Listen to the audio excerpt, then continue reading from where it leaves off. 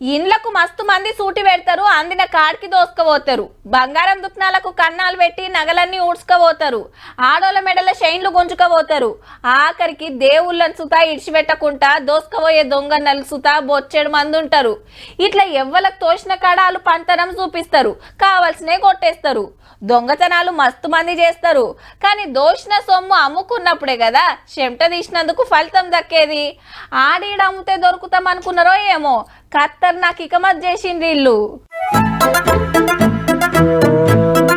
Doubt ఏం లేదు, అన్ని కొట్టేసిన కార్లే. 12 కార్లు 3.5 కోట్ల ఇలువ. పట్నం పురాణ పుల్ల కార్లు చెకింగ్ చేస్తుంటే నంబర్ ప్లేట్ లేకుండా ఓ కారు కనబడ్డదట. ఆపితే తప్పించుకొని ఉరకబోయిండట మోతేవారి. దొరకబట్టి ఎంక్వైరీ చేస్తే కార్ల దొంగతనాల కథ చెప్పిండు. 6 కలిసి ఢిల్లీలో 12 కార్లు కొట్టేసి పట్నం పట్టుకొచ్చిర్రట. ఇంతకు ఏడమ్మకానికి పెట్టిరనుకుంటుండ్రు. OLX అనే ఆన్లైన్ అంగట్ల బైకులు, కార్లు, ఇంట్లో అడకం చేసిన వస్తువులు సెకండ్ హ్యాండ్ లో అమ్ముతుంటారు. ఇంట్లోనైతే కొనేటోళ్ళే ఇళ్ళ దగ్గరకు వస్తారు. మట్పరిచి అంటగట్టొచ్చని చూస్తే నాడుమిట్లనే దొరికిపోయినరు. ఆన్లైన్ అంగట్ల అగ్వసక్వకు వస్తున్నాయని బైకులు, కార్లు కొనేటోళ్ళు కాగితాలు, కత్పలు కరెక్ట్ ఉన్నాయా లేవా 1-2 మాటల చెకింగ్ చేసుకుంటే మంచిది.